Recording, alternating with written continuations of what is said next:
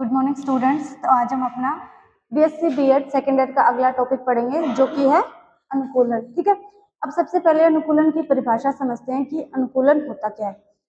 तो देखो, जितने भी वातावरण है, ठीक है, या फिर जितने भी क्या है विशेष प्रकार के आवासीय क्षेत्र है जहाँ पे जीव रह सकते हैं।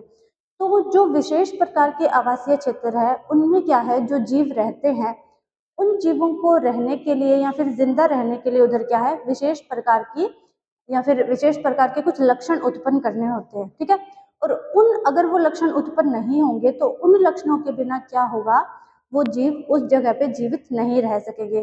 तो उन्हीं लक्षणों को हम कहते हैं अनुकूलन। जो कोई भी जीव किसी विशेष आवासीय क्षेत्र में रहने के लिए जो विभिन्न लक्षण उत्पन्न करता है उन लक्षणों को हम बोलेंगे अनुकूलन। ठीक है, अब देखो, जो अनुकूलन होते हैं वो चार प्रकार के होते हैं। कौन कौन से?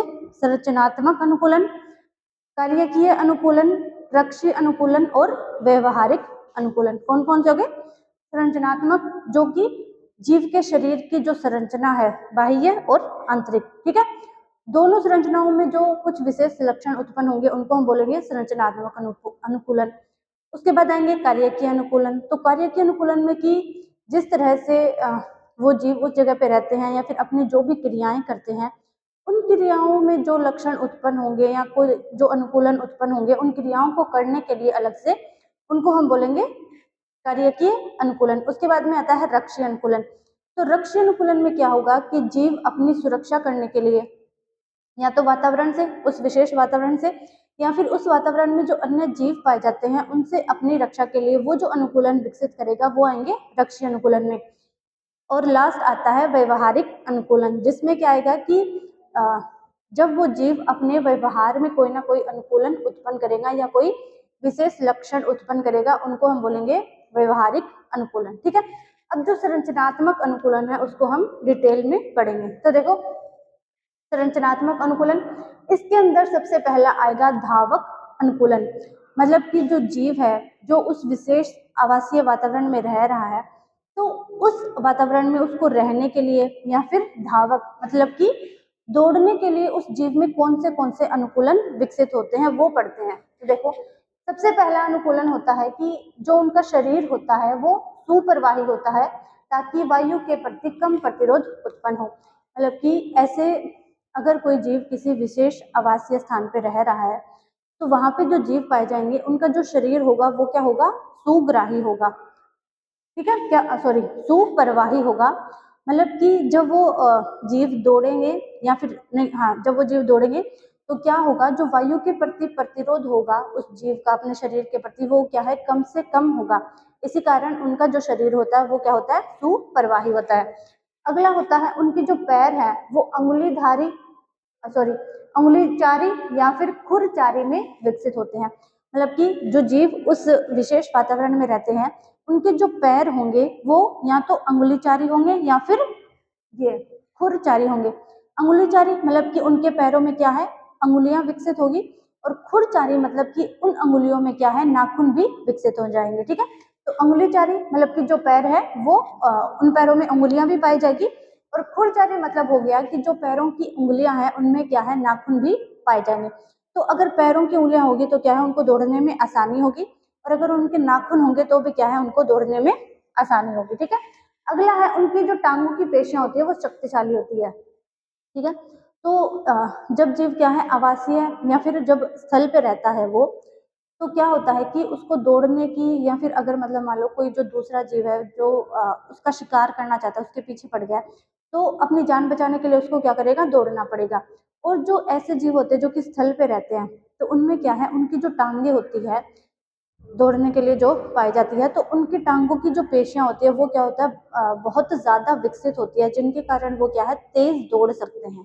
ठीक है, अब जो धावक अनुकूलन है उसके उदाहरण कौन कौन से हो गए, खरगोश और घोड़ा। ठीक है, मतलब कि जो खरगोश होता है, घोड़ा होता है, आप लोगों को पता है कि वो बहुत ज्यादा तेज दौड़ते हैं क्योंकि उनकी जो टांगों की पेशियां होती है वो क्या होता है, बहुत ज्यादा विकसित होती है, जिसके कारण वो बहुत तेज दौड़ सकते हैं। ठीक है, और इनका जो शरीर होता है वो क्या होता है, सुपरवाही होता है, वायु के प्रति कम प्रतिरोध होता है।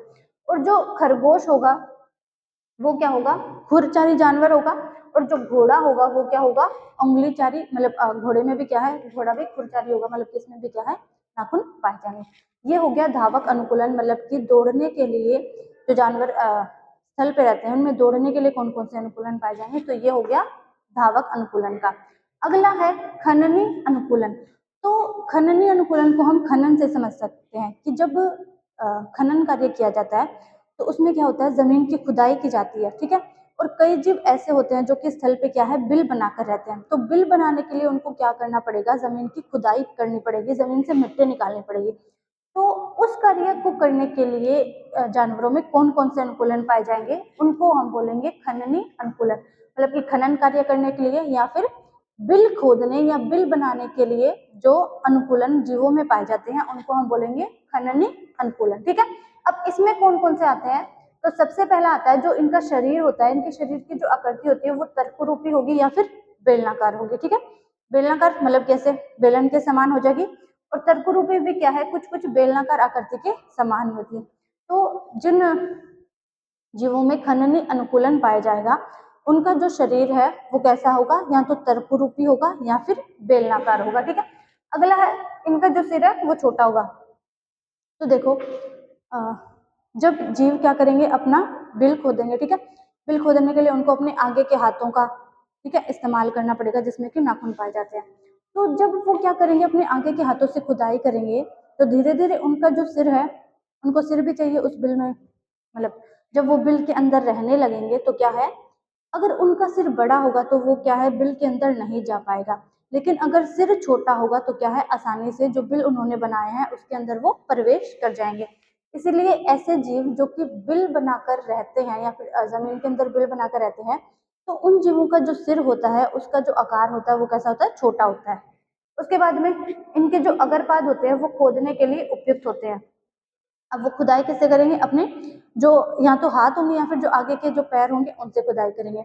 अब जो इनके आगे के पैर होंगे या फिर जो अगरपाद होंगे वो क्या है, खोदने के लिए उपयुक्त होते हैं, मतलब कि उन्हें आगे के पैरों में क्या है, उंगलियां भी पाई जाएगी और उनमें नाखून भी पाए जाएंगे, जिससे क्या है वो आसानी से मिट्टी की खुदाई कर सके। उसके बाद में आता है टांगे छोटी पर मजबूत। अब इनकी टांगे छोटी होती है क्योंकि बिल में घुसने के लिए अगर बड़ी टांगे होगी तो इनको दिक्कत होगी बिल में घुसने के लिए, लेकिन अगर छोटी टांगे होगी तो क्या है, आराम से बिल के अंदर घुस जाएंगे। तो ऐसे जीव जो कि बिल बना के रहते हैं उनमें टांगे छोटी जरूर होती है लेकिन क्या होती है, मजबूत होती है, ठीक है। अगला, आंखें भी इनकी क्या है, छोटी छोटी होती है, ये भी क्या है, एक खननी अनुकूलन का उदाहरण। उसके बाद में इनकी जो पूंछ होगी वो या तो अल्प विकसित होगी या फिर क्या है, अनुपस्थित होगी, ठीक है। पूंछ या तो अल्प विकसित होगी या फिर क्या होगी, अनुपस्थित होगी। अगला, इनकी जो त्वचा होती है वो विभिन्न प्रकार से रक्षित होती है। मतलब कि जब जमीन की वो खुदाई करेंगे, मतलब कि मिट्टी की खुदाई करेंगे तो मिट्टी में क्या है, अलग अलग तरह के जीव भी निकल सकते हैं, ठीक है। या फिर मिट्टी से क्या है, कुछ रासायनिक पदार्थ भी निकल सकते हैं। तो उन जीवों की जो त्वचा होगी वो क्या है, विभिन्न प्रकार से रक्षित होगी। मतलब कि उन जीवों की त्वचा पर क्या है, ऐसे पदार्थ पाए जाएंगे जो बाह्य पदार्थों से उन जीवों की सुरक्षा करेंगे। तो इनकी जो त्वचा है वो क्या है, विभिन्न प्रकार से रक्षित होती है। अब खननी अनुकूलन के उदाहरण में कौन से जानवर आएंगे, सबसे पहले केंचुआ। केंचुआ भी क्या है, मिट्टी के अंदर धसा रहता है, ठीक है, बिल बना कर रहता है। दूसरे होते हैं सांप। सांप भी क्या है, मिट्टी के अंदर बिल बना के रहते हैं, ठीक है। और ये दोनों क्या होते हैं, बेलनाकार, लगभग बेलनाकार आकृति के होते हैं, ठीक है। अगला आएगा आरोहण अनुकूलन। अब आरोहण, आरोहण मतलब कि चढ़ना किसी स्टेप पे, ठीक है। तो ऐसे जीव जो कि या तो दीवारों पे रहेंगे या फिर जो वृक्ष होते हैं वृक्ष की शाखाओं पे रहेंगे, तो ऐसे जीवों में जो अनुकूलन पाए जाएंगे या फिर मतलब दीवारों पे चढ़ने के लिए या फिर वृक्षों पे चढ़ने के लिए जो अनुकूलन पाए जाएंगे उनको हम बोलेंगे आरोहण अनुकूलन, ठीक है। अब देखते हैं कि इसमें आरोहण अनुकूलन में कौन कौन से लक्षण उत्पन्न हुए हैं जीवों के अंदर। तो पहला, इसमें अगर वह पश्च पादों के नाखून तीखे होते हैं और मुड़े हुए होते हैं। अब देखो जो छिपकली होती है वो हम सबको पता है कि दीवार पे रहती है, ठीक है। तो अब वो जब दीवार पे चढ़ती है तो उसको दीवार से चिपकने के लिए भी क्या है, कुछ ना कुछ पदार्थ की आवश्यकता होती है। इसीलिए जो छिपकली होती है उसकी जो आगे के हाथ और जो पीछे के पैर होते हैं उनके जो नाखून होते हैं वो क्या होते हैं, एक तो लंबे होंगे और दूसरे क्या है, मुड़े हुए होंगे, ठीक है। अगर ऐसे मुड़े हुए होंगे तो वो क्या करेगा, ऐसे सतह को पकड़ लेंगे, ठीक है। जैसे कि पक्षियों में भी पाया जाता है क्योंकि वो वृक्षों की शाखाओं पे रहते हैं तो उनके जो नाखून होते हैं वो क्या होते हैं, लंबे होते हैं और मुड़े हुए होते हैं, जिससे वो क्या करेंगे, ऐसे वृक्ष की शाखाओं को पकड़ लेंगे अच्छी तरह से। ठीक है, इसका एग्जाम्पल हो गया छिपकली। और देखते हैं हम कि आरोहण का एग्जाम्पल और कौन कौन सा। अब देखो कि जो जीव वृक्ष पे ठीक है, वृक्ष पे पाए जाते हैं, जो वृक्ष पे चढ़ते हैं, तो उनमें क्या है कि वृक्ष पर चढ़ने के लिए जो उनकी आगे वाली टांगे होती है वो क्या होती है, सहायता करती है। ठीक है, और उनकी आगे वाली टांगे क्या होगी, पूरे के पूरे शरीर का भार उठाएगी। तो इसीलिए जो उनकी आगे वाली टांगे होती है उनमें क्या है, अंश मेखला में क्लेविकल तथा स्केपुला ज्यादा विकसित होती है। ठीक है, और जो वृक्षीय प्राणियों के पादों की उंगलियां हैं वो भी क्या है, सम्मुख प्रकार की होती है। ठीक है, कैसी होगी, सम्मुख प्रकार की। तो ये हो गए आरोहण अनुकूलन के उदाहरण। एक तो क्या हो गया कि जो आगे के पैर होंगे, आगे के पैर और जो पीछे के पैर होंगे, उनके जो नाखून होंगे वो क्या होंगे, लंबे और क्या होंगे, मुड़े हुए होंगे, ताकि वो क्या करेंगे, वृक्ष को जो वृक्षों की शाखाएं होगी उनको अच्छी तरह से पकड़ सके। ठीक है, दूसरा क्या होगा कि जब वृक्ष पे चढ़ेंगे वो जीव, तो जो उनके शरीर का पूरा भार होगा वो किस पे डिपेंड करेगा, जो उनके आगे वाले पैर हैं, तो उनके शरीर का पूरा भाग क्या है, उस आगे वाली जो टांगे हैं उन पे पड़ जाता है। इसीलिए जो इनकी आगे वाली टांगे होती है वो क्या होती है, सुविकसित होती है। और इनमें जो ग्रंथियां हड्डियां पाई जाती है, अंश मेखला में क्लेविकल और स्केपुला, वो क्या है, सुविकसित होती है। अगला क्या था कि जो वृक्षीय प्राणी होते हैं उनके जो पैरों की उंगलियां होती है वो भी क्या है, सम्मुख प्रकार की होती है। ठीक है, इनके उदाहरण जैसे कि दीवार पे छिपकली और जो वृक्ष पे चढ़ने वाले जीव होते हैं वो। अगला है मरु अनुकूलन या फिर मरुस्थल के अनुकूलन, कि अब जो जीव मरुस्थल के अंदर पाए जाते हैं तो उन्होंने अपने शरीर के लक्षणों को किस प्रकार विकसित किया कि वो मरुस्थल में रहने लायक हो गए, या उन्होंने कौन से ऐसे अनुकूलन विकसित किए जिसके कारण वो क्या है, मरुस्थल में आसानी से जीवित रह सकते हैं। तो सबसे पहले देखो, मरुस्थल है तो मरुस्थल में क्या होगा, मिट्टी ही मिट्टी होगी। ठीक है, रेत ही रेत होगी और वहां पे क्या है, सबसे ज्यादा जल की कमी पाई जाएगी। तो ऐसे जंतु मतलब कि जो मरुस्थल में रहते हैं, तो वो उस जल की कमी को कैसे पूरा करते हैं। तो सबसे पहले देखो, जल की कमी के लिए क्या होगा, कि ये जल की कमी को क्या है, 3 प्रकार से पूरा करते हैं। सबसे पहला, अपने शारीरिक सतह से वाष्पीकरण द्वारा। ठीक है, दूसरा श्वसन के दौरान, और तीसरा होता है मूत्र उत्सर्जन के साथ। तो जो सबसे पहला है कौन सा, शारीरिक सतह के द्वारा। ठीक है, तो इसमें कैसा होता है कि इनकी त्वचा, जो मरुस्थल में जो जीव पाए जाते हैं उनकी जो त्वचा होती है या उनकी जो खाल होती है वो क्या होती है, इतनी ज्यादा मोटी होती है कि वो जल की हानि को होने ही नहीं देती। मतलब कि उनकी स्किन से क्या है, जल वाष्प के रूप में उड़ता ही नहीं है, फिर वाष्प वाष्प के रूप में बनता ही नहीं है, जिसके कारण क्या है, इन्होंने जो भी पानी पिया है वो इनकी बॉडी के अंदर स्टोर रहता है और बाहर वातावरण में निष्कासित नहीं होता है, या फिर बाहर वातावरण में नहीं रहता। क्यों, क्योंकि इनकी जो त्वचा होती है या फिर इनकी जो खाल होती है वो क्या होती है, बहुत ज्यादा मोटी होती है। ठीक है, अगला क्या कि जो भी जीव मरुस्थल में पाए जाते हैं उनमें क्या है, जो पसीने वाली ग्रंथियां हैं, जिन ग्रंथियों से पसीना आता है वो क्या है, बहुत ही कम विकसित होती है या फिर पाई ही नहीं जाती है, जिसके कारण क्या होगा कि इन जीवों में पसीना नहीं आएगा। अगर पसीना नहीं आएगा तो क्या होगा कि जो शरीर इन्होंने जो जल ग्रहण किया है वो भी शरीर से बाहर नहीं निकलेगा और इनकी बॉडी के अंदर स्टोर हुआ रहेगा। ठीक है, तो एक तो क्या हो गया कि इनकी जो त्वचा होती है या इनकी जो खाल होती है वो बहुत ज्यादा मोटी होती है, जिसके कारण जल वाष्पित नहीं हो पाता। और दूसरा क्या हो गया कि इनके शरीर में जो पसीने वाली ग्रंथियां हैं वो कम विकसित होती है या फिर पाई ही नहीं जाती, जिसके कारण क्या है, इनके शरीर से पसीना भी नहीं निकलता। और अगर पसीना नहीं निकलेगा तो क्या होगा कि जल की हानि भी नहीं होगी। ठीक है, उसके बाद में अगला है श्वसन के दौरान। ठीक है, तो देखो श्वसन के दौरान क्या होता है कि कई जो मरुस्थलीय प्राणी होते हैं वो जब उनके शरीर से वायु बाहर निकलती है तो वो पूर्व नासिका में ठंडी कर देती है। ठीक है, तो देखो श्वसन के दौरान क्या होगा कि जब जीव क्या है, अपने जो उन्होंने वायु ग्रहण किया श्वसन के दौरान, जब उसको बाहर निकालेंगे तो बाहर निकालने से पहले क्या करेंगे, वो पूर्व नासिका के अंदर उस वायु को ठंडा कर लेते हैं। ठीक है, और ठंडा करने के कारण क्या होता है कि जो भी नमी उस वायु में उपस्थित होती है उसको वो क्या है, अपने शरीर के अंदर ही ग्रहण कर लेते हैं, उसको बाहर नहीं जाने देते। अगला है मूत्र उत्सर्जन के साथ। तो अब जो ये मूत्र त्याग करते हैं या फिर जो मल उत्सर्जित करते हैं वो क्या है, बहुत ही ज्यादा ठोस रूप में करते हैं, जिसके कारण क्या होता है कि इनके शरीर से कम जल की हानि हो। तो ये सारे के सारे हो गए जल की कमी के लिए कि ये जल की कमी की पूर्ति कैसे करते हैं। अगला है तेज धूप से सुरक्षा। तो मरुस्थल है, वहां पे मिट्टी ही मिट्टी होती है, तो ना तो उधर जल पाया जाता है, ना ही कोई भी पादप या फिर पेड़ पौधे पाए जाते हैं, जिसके कारण जो सूर्य की किरणें वो सीधी की सीधी पड़ती है और बहुत ज्यादा धूप पाई जाती है। तो अब ये है कि ये तेज धूप से सुरक्षा करते हैं। सबसे पहले इनकी खाल मोटी होगी तो इनको क्या है, कम धूप लगेगी। अगली इनकी टांगे जो होती है वो लंबी होती है, तो लंबे टांगों के कारण क्या है, इनके जो शरीर की सतह है वो सीधा जमीन के संपर्क में नहीं आ पाती, उनमें कुछ स्पेस होता है, जिसके कारण उनको उस गर्मी का ज्यादा एहसास नहीं हो पाता। अगला है रात्रिचर, मतलब कि ये जितने भी प्राणी होते हैं वो क्या होते हैं, ज्यादातर रात के अंदर निकलते हैं। ठीक है, या तो बिल बनाकर रहेंगे या फिर रात के अंदर निकलने वाले प्राणी होते हैं, जिससे सुबह जो तेज धूप पड़ती है उसका इन पे प्रभाव ना पड़े। ठीक है, तो ये हो गई तेज धूप से सुरक्षा। अगला है अन्य मरु अनुकूलन, मतलब कि मरुस्थल में रहने के लिए अन्य अनुकूलन और कौन कौन से पाए जाते हैं। तो सबसे पहले हो गया तेज दौड़ने के लिए अनुकूलित होते हैं, मतलब कि मरुस्थल में ये तेज दौड़ पाते हैं। क्यों? क्योंकि इनके जो पैर होते हैं वो क्या होते हैं, गद्दीदार होते हैं, जिसके कारण ये क्या है, मरुस्थल में आसानी से चल सकते हैं और दौड़ सकते हैं। अगला इनकी जो त्वचा है उसका जो रंग होगा वो क्या होगा, वातावरण के अनुसार अनुकूलित हो जाता है।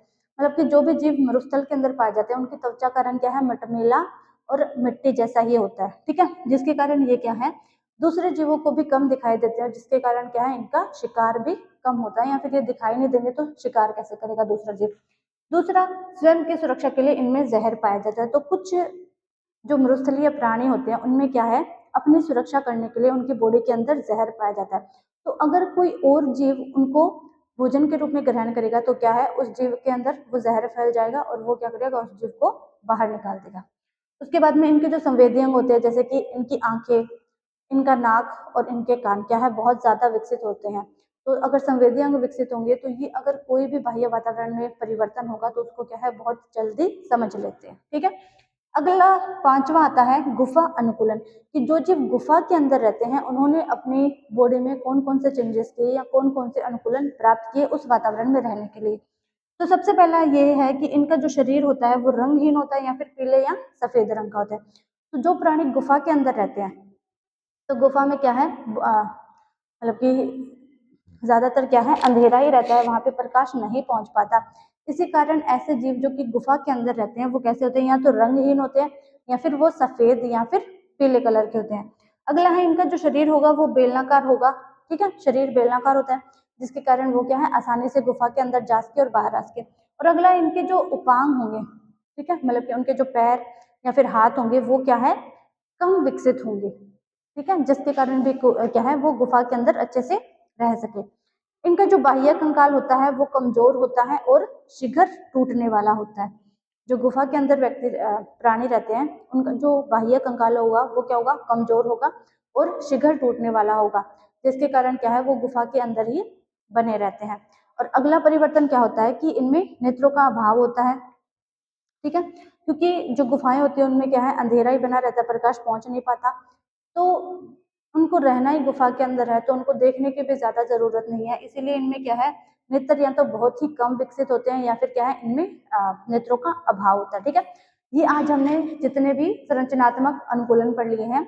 अभी संरचनात्मक अनुकूलन और भी बाकी है जो कि हम कल के लेक्चर में पढ़ेंगे। और आगे जो बाकी के अनुकूलन है, जैसे कि कार्यकीय अनुकूलन, लक्ष्य अनुकूलन और व्यवहारिक अनुकूलन, उनको भी हम आगे के लेक्चर में करेंगे।